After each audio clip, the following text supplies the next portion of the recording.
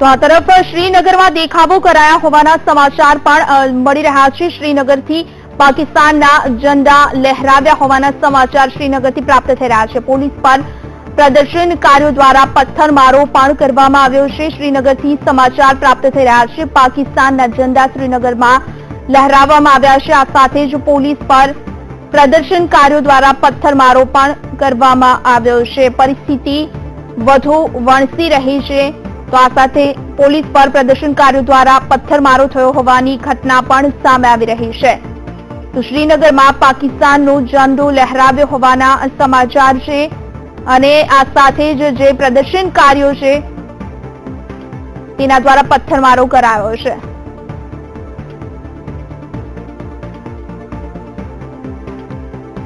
આજે જે રીતે શુક્રવાર છે અને જેના કારણે શુક્રવારની નમાઝ પઢ્યા બાદ પ્રદર્શનકારીઓ દ્વારા પ્રદર્શન કરવામાં આવી રહ્યું છે। આપ જે દ્રશ્યો જોઈ રહ્યા છો ટીવી સ્ક્રીન પર તે દ્રશ્યો શ્રીનગરના દ્રશ્યો છે। શ્રીનગરમાં પાકિસ્તાનના ઝંડા લહેરાવવામાં આવ્યા છે, તો બીજી તરફ પોલીસ પર પ્રદર્શનકારીઓ દ્વારા પથ્થરમારો પણ કરવામાં આવ્યો હતો।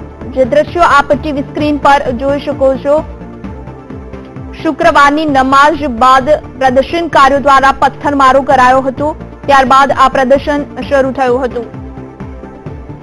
તો બીજી તરફ પ્રદર્શનકારીઓએ પોલીસ પર પણ પથ્થરમારો કર્યો હતો, પાકિસ્તાનના ઝંડા લહેરાવ્યા છે। આપ દ્રશ્યમાં પણ જોઈ શકો છો, આ દ્રશ્યો શ્રીનગરના છે અને પ્રદર્શનકારીઓ રસ્તા પર ઉતરી જે રીતે પ્રદર્શન કરી રહ્યા છે, આ સાથે જ પાકિસ્તાનના ઝંડા પણ લહેરાવી રહ્યા છે અને જે પરિસ્થિતિને થાળે પાડવા માટે પોલીસ કામ કરી રહી હતી તે પોલીસ પર આજ પ્રદર્શનકારીઓ દ્વારા પથ્થરમારો કરાયો હોવાના સમાચાર પણ પ્રાપ્ત થયા હતા।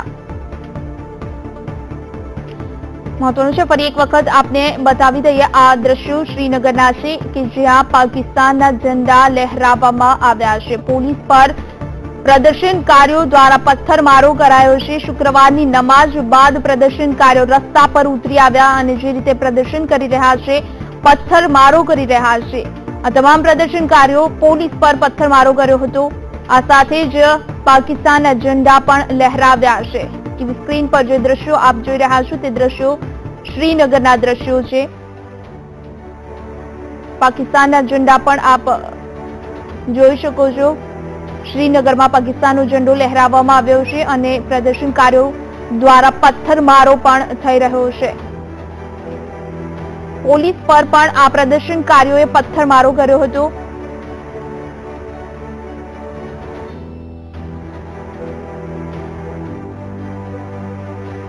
ફરી એક વખત આપને બતાવી દઈએ, શ્રીનગરમાં પરિસ્થિતિ વધુ વણસી ગઈ છે। તણાવભરી પરિસ્થિતિમાં પ્રદર્શનકારીઓ દ્વારા પથ્થરમારો કરાયો।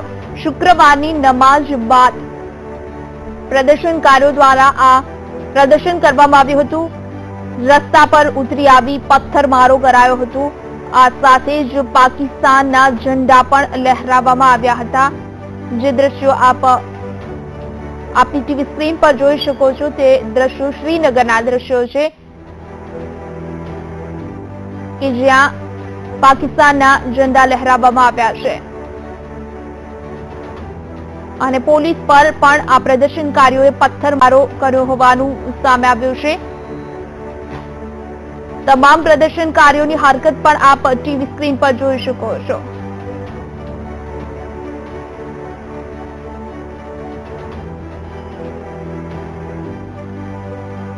તમામ પ્રદર્શનકારીઓ પર આર્મી ચીફ દ્વારા કેવી પ્રતિક્રિયા આપવામાં આવી છે તે પણ સાંભળી લઈએ। एक तरफ से हिदायत दे रहा हूं कि अगर आप बाज नहीं आते हैं और अगर आप सिक्योरिटी फोर्सेस के ऑपरेशन में बाधा बनते हैं तो हम लोग आपके साथ सख्ती से कार्रवाई करेंगे। अभी तक जिस तरह से हमने पीपल फ्रेंडली ऑपरेशन किए हैं, हमारा नजरिया यही है। कुछ दिनों में अखनूर में एक इंसिडेंट हुआ था जिसमें बॉर्डर रोड के कुछ हमारे जो कार्यकर्ता हैं वो मारे गए थे।